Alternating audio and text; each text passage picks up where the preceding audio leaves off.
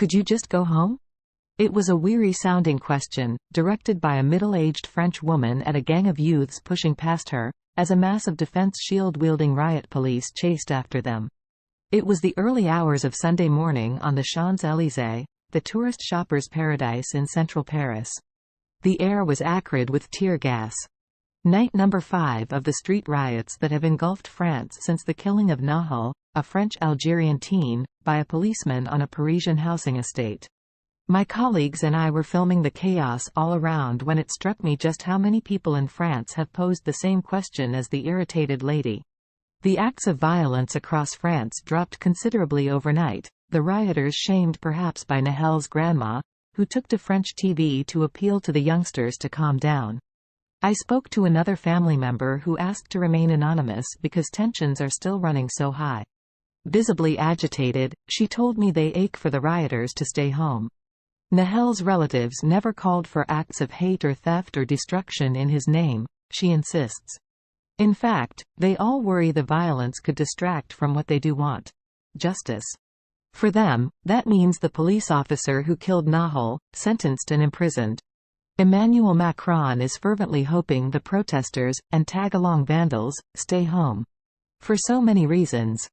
His second term as French president has been peppered by civil unrest, over pension reform and now, Nahel's death. It's not exactly improving his popularity ratings.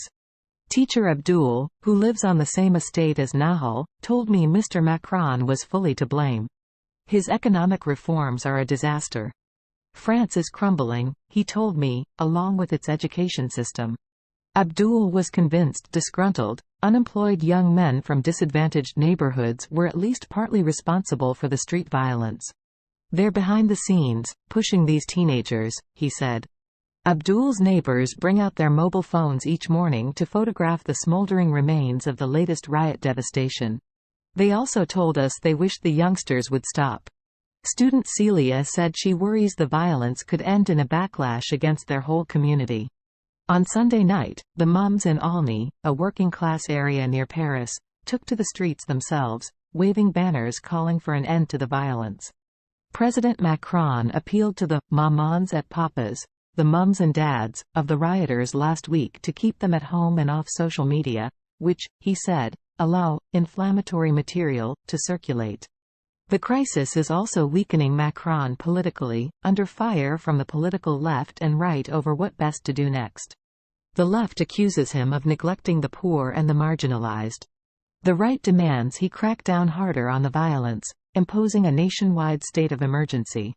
But the optics would be tricky for the French president. He'd worry a crackdown like that could ignite an even greater rage on the streets, and further tarnish France's international standing. Mr. Macron was forced by this crisis to leave last week's summit of EU leaders where they discussed Europe's biggest emergency: Russia's invasion of Ukraine. And this weekend, the president had to cancel a much-discussed state visit to important EU ally Germany, the first by a French president in 23 years. While in the world of sport, questions are being asked as to whether France can be trusted to safely host international events like the world's biggest cycling championship, the Tour de France. It concludes in 3 weeks on the Champs-Élysées, a favorite spot for rioters, as we learned at the start of this article. The Rugby World Cup is due to begin in France in September. France is also set to host next year's Summer Olympics. It escaped no one's attention here that an Olympic swimming complex was targeted by rioters on one of the first nights of turmoil following Nahel's death. Talk to the protesters themselves and many say staying home on their housing estates is far from straightforward. They feel unsafe, they say, because of regular confrontations with police. The UN has accused France's security forces of systemic racism. Activists like Assa Traoré, whose brother died 7 years ago following his arrest, told us being a young black or Arab man on a housing estate in France means being regularly exposed to police brutality and racial profiling. Until France recognizes the problem as endemic, she says, there will be a lot more Nahels. But the Secretary-General of one of France's powerful police unions, Unité SGP, flatly denies the allegations of systemic racism. Jean-Christophe Couvi says France is not the US. We don't have ghettos, he told me. Our forces represent France's multicultural society with officers from all backgrounds. You'll find maybe 1% of racists, like in the rest of society, but no more. Mr. Couvy didn't want to discuss the specifics of Nahel's case as it's an open investigation. So I asked him how he would go about improving police relations with the estates.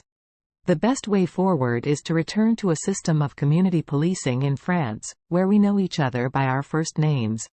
Right now in France, he told me, policing has become a box-ticking exercise of showing how many people each officer detains for questioning, to demonstrate he or she is working hard.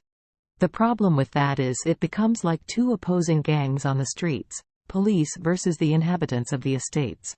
Back in January, French Prime Minister Elisabeth Borne launched a new action plan against racism, but it's been criticized for its silence on racial profiling by French police.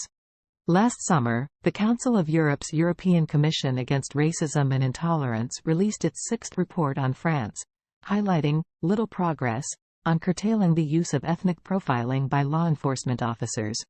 Not all the rioters on France's streets were triggered by Nahel's death, but those who were say loud protests are the only way that people like them get their voices heard in France. That's why, they say, they shouldn't sit quietly at home. France may be calming down. The large majority of the country fervently hopes so. But the specter of potential renewed violence hangs over France. On the streets and across social media here, French men and women predict, if relations between the authorities and housing estates such as Nahel's remain unchanged, France's streets could easily ignite again, as they've done many times in the past.